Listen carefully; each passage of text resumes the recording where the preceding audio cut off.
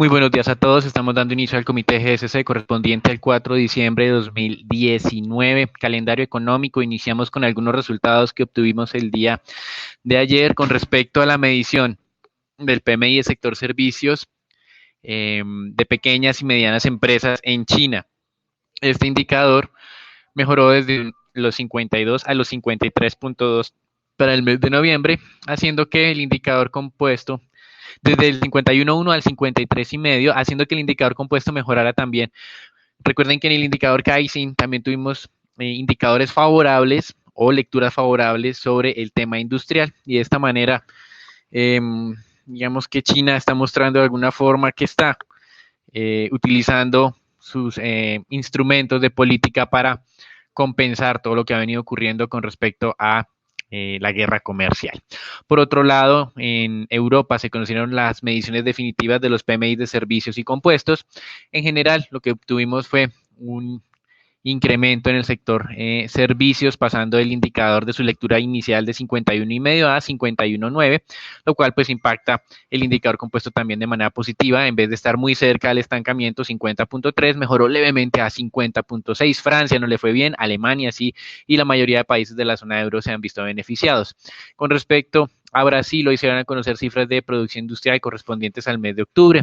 Si bien es cierto, viene mejorando la dinámica o se ha mantenido en terreno expansivo, lo ha hecho un poco menos fuerte de lo que el mercado había estado anticipando. Más adelante en Brasil, los indicadores de PMI del sector servicios. En Estados Unidos, como es regular, los días miércoles, primer miércoles de cada mes, lo que vamos a tener es las cifras de generación de empleo del sector privado. El mercado anticipa una cifra de 135.000 nuevos puestos de trabajo, cuando en la anterior versión obtuvimos un indicador cercano a los 125, es decir, de 125 a 135.000 sería la expectativa de mejora. Al igual que en Europa, tendremos los PMI del sector servicios y compuestos en su medición definitiva del mes de noviembre. No anticipan resultados o cambios en esta medición inicial. Y el indicador preferido en los Estados Unidos, el ISM no manufacturero, indicador que en su versión del mes de septiembre registró una mejora, aunque tiene una clara tendencia hacia la baja. Esta cifra cercana a los 55, por lo menos para el sector servicios, es una cifra relativamente positiva, así que el mercado continúa esperando que lo que ha venido ocurriendo en temas industriales, incluso en algunos meses, recuerden que el ISM del sector manufacturero ha estado en contracción, el de servicios no lo ha hecho. Hacia las 10:30 de la mañana se esperan las cifras de inventarios de petróleo, contracción de 1.5 millones de barriles esperada. Ayer el API salió con una caída de 3.72 millones de barriles, y es la razón por la cual el precio del petróleo no ha caído, digamos, de manera constante. Ayer hubo un descenso incluso a niveles de 55, 50, 55, 90. Hoy tenemos un repunte nuevamente de los $57 para el caso del WTI. Cerrando la jornada tenemos la reunión del Banco Central de Chile, donde el mercado anticipa que debido a los protestas que ha tenido este país, la contracción del 3.4% de la economía en octubre de 2019 frente al mismo mes del 2018, la caída de ventas minoristas del 12.1% entre las mismas meses de comparación. Esto lo que augura es que se necesita un mayor impulso monetario en la economía chilena. Recuerden que hoy nueva jornada, nueva convocatoria de paro en Colombia, donde estaremos muy pendientes sobre todo de el tema de actos violentos. En caso de que no se lleguen a presentar, digamos que sería algo, un mensaje relativamente positivo para los inversionistas, pero obviamente es una jornada de alto interés dentro de lo que sería, por ejemplo, el tema de divisas. Con respecto al mercado accionario internacional, ayer fuertes descensos luego de que Trump cambiaba de parecer y decía, como informamos en el comité, que no estaba considerando la posibilidad de firmar un acuerdo, sino probablemente sea hasta después de noviembre de 2020, fecha de las elecciones presidenciales. Recuerden que previamente él había amenazado que si los chinos esperaban hasta las elecciones y que si él era reelegido todo iba a ser peor. Pues ahora él ha cambiado de parecer, o por lo menos ayer lo hizo, y hoy lo gracioso que tenemos es que miembros o personas muy cercanas a las negociaciones dicen que esas declaraciones no están alineadas con lo que ha venido ocurriendo, que efectivamente sí se han dado avances, que están muy cercanos de finalizar la parte del acuerdo de los desmontes graduales de aranceles y que quedan por algunos elementos por, digamos, definir con respecto a lo que sería las compras de productos agrícolas por parte de China, más que todo el monto y el momento en el que tienen que hacer esas adquisiciones. Entonces, ayer el Standard & Poor's llegó a caer el 1.3%, sobre todo durante la apertura. Al final terminó solo con una pérdida, decimos solo, pues porque había comenzado muy fuerte a la baja, terminó con una pérdida del 0.66%. Hoy tenemos algo de repunte en los futuros del Standard & Poor's, se están valorizando cerca del 0.4%. El índice accionario europeo, el Stock 600, gana cerca del 1%, así que después de 2 o 3 jornadas de caídas, hoy estamos arrancando con valorizaciones en el mercado accionario, a pesar de que Trump no ha cambiado lo que dijo el día de ayer, sino lo que tenemos es la referencia por parte de esas personas allegadas al proceso de negociación. Recientemente, ayer más bien, la Cámara de Representantes aprobó una nueva ley que ya había sido aprobada en el Senado en el mes de septiembre de sancionar a algunos funcionarios chinos por temas de derechos humanos, por el trato que da China a una minoría, entre comillas minoría, porque son millones de habitantes, de minoría musulmana en un territorio al este del país, conocido como la etnia uigur. Esto pues obviamente genera más tensiones. Ya teníamos el problema de la ley pro democracia en Hong Kong, ahora tenemos esta parte de la parte pues obviamente de derechos humanos que China va a tomar obviamente retaliaciones, ya lo había anunciado el día de ayer. Y nos llamó la atención una advertencia que hizo The Economist a los demócratas. Continuamos viendo el proceso de investigación en contra del presidente. Todavía no hay una investigación formal porque estaremos en la parte del Senado donde va a determinar, en la parte de la Cámara donde se determina si hay suficiente evidencia para que el Senado investigue al presidente. Pues bien, aquí lo que hemos visto es que los demócratas continúan unidos diciendo que sí hay razones, los republicanos lo descartan. Hace ya varias semanas, casi meses, decíamos que este proceso, en caso de que llegue al Senado, no va a tener ningún tipo de sanción. The Economist le advierte a los demócratas que si ellos no aprueban en la Cámara que el Senado inicie el proceso de investigación, independiente de que se llegue a hacer la destitución o no, tendrá un impacto muy fuerte y negativo sobre el Partido Demócrata con miras al tema de las elecciones presidenciales. Y en temas de monedas hoy, movimientos mixtos, no hay una tendencia clara del dólar, hay algo de debilitamiento frente a las monedas fuertes, visto desde el punto de vista del indicador de XY. De hecho, es la tercera jornada consecutiva de descensos, hoy más moderado, pero desde el punto de vista puntual hemos visto la libra esterlina y el rand sudafricano con fuertes valorizaciones del 0.5 o 0.7% y fuertes depreciaciones para el won surcoreano.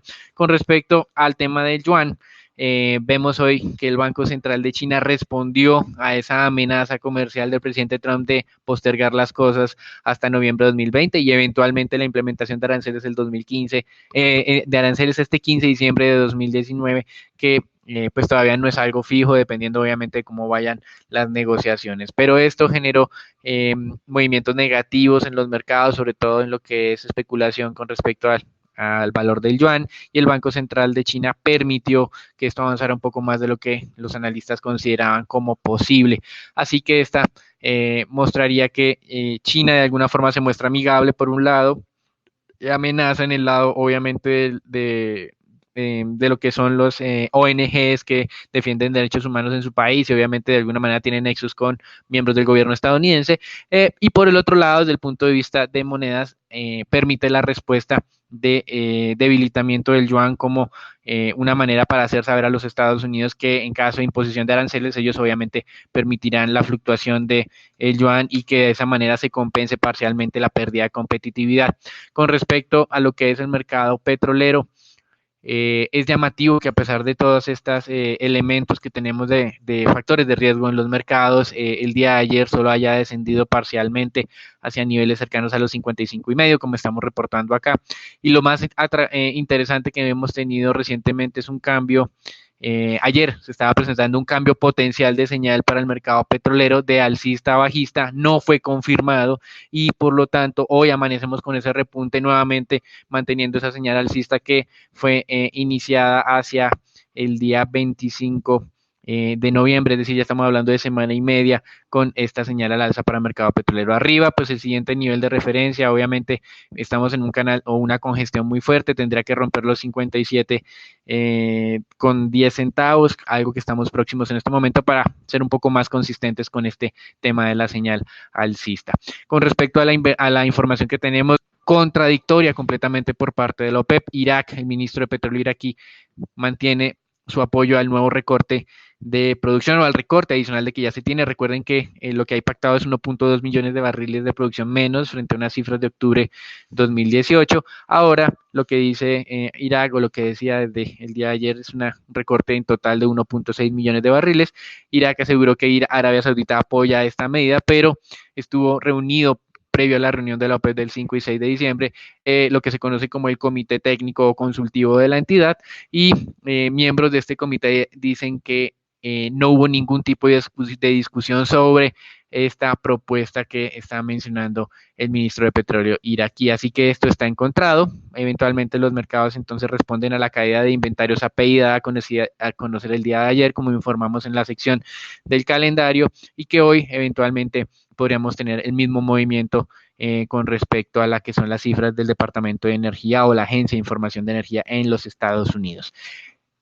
Wells Fargo se aparta también del consenso de mercado, es igual que una de las entidades de JP Morgan, y cree que el próximo año el mercado petrolero puede subir para el caso del WTI de los 56 o 57 que tenemos actualmente hacia los 60, pues considera que la producción de shale oil en los Estados Unidos descenderá.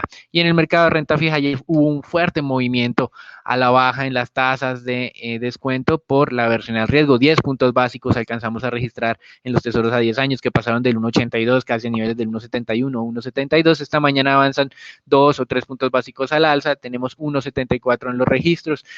Interesante, recuerden la reunión del Banco Central de Chile, donde se va a presentar o se espera que tengamos un recorte en la tasa de referencia de 25 puntos adicionales. Los dejamos con Daniela, Jairo, Alonso y Raúl con la información del mercado colombiano. Gracias, Daniel. El día de ayer fue aprobada en primer debate la reforma tributaria que reemplazaría la ley de financiamiento. Esta fue aprobada en su totalidad, incluyendo los artículos que mencionó el presidente Duque la semana pasada, que son la devolución del IVA al quintil más vulnerable de la sociedad, los 3 días sin IVA, la reducción de los aportes de los pensionados al sistema de salud, entre otras. Se negaron las peticiones de la oposición de modificar o hundir la ley. Por otra parte, el viceministro general de Hacienda, Juan Alberto Londoño, dijo que para el 2020 el ingreso neto sería de 200.000 millones de pesos, y para 2021 y 2022 sería neutro por los esfuerzos de optimización de la DIAN. De otro lado, el director de la DIAN, José Andrés Romero, dijo que el recaudo de la reforma se estiman sea de 13 billones de pesos por año. Por último, en octubre las exportaciones del país totalizaron 3.319 millones de dólares y presentaron una disminución de 11.9% en relación con octubre del 2018. Este resultado se explicó principalmente por la caída del 24.6% en ventas externas del grupo de combustibles y productos de las industrias extractivas. Esto es todo por las noticias de Colombia. Los dejamos con Raúl por el informe. Gracias, Daniela. El índice Colgap en la jornada del día de ayer mantuvo un débil comportamiento en medio de un entorno de mayor aversión al riesgo. Se mantuvo por debajo de los 1.600 puntos, sin embargo los volúmenes fueron relativamente altos, se negociaron 104.000 millones de pesos, la acción más negociada fue Ecopetrol con 24.000 el día de hoy, así como Daniel lo mencionaba anteriormente, estamos a la espera de qué tan violentas como son las protestas en la jornada del día de hoy, y lo cual dependerá y como tal dará señales de cómo se comportarán los mercados en la presente jornada. A pesar de recuperaciones en el plano internacional, las recomendaciones mostraron leves desvalorizaciones en la jornada del día de ayer, mientras otras se mantuvieron relativamente estables. Desde el punto de vista técnico tenemos la acción de Bogotá, que teniendo en cuenta los bajos volúmenes de negociación y un alto bid spread, la especie se valorizó un 5%, sin embargo consideramos que estas caídas son niveles atractivos de entrada. A su vez mantenemos el fundamental positivo sobre la especie, donde consideramos que de las entidades financiera que hace parte del índice Colcap es la más descontada desde el punto de vista de múltiplos y finalmente tenemos la acción de Ecopetrol, la cual borró las pérdidas, la ganancia registrada desde el anuncio del dividendo extraordinario de 89 pesos por acción, y destacar principalmente que a pesar de que este dividendo es positivo para los minoristas, desde el punto de vista estructural de la compañía no es sano, y a su vez cabe recordar que se mantiene el entorno retador por el lado del mercado petrolero. Mantenemos nuestra recomendación de neutral sobre la petrolera colombiana, donde consideramos que posible se podría haber valorizaciones por la ganancia de este dividendo. Sin embargo, posterior a esto, consideramos que la acción retrocedería esos 89 pesos, fue todo el punto de vista accionario.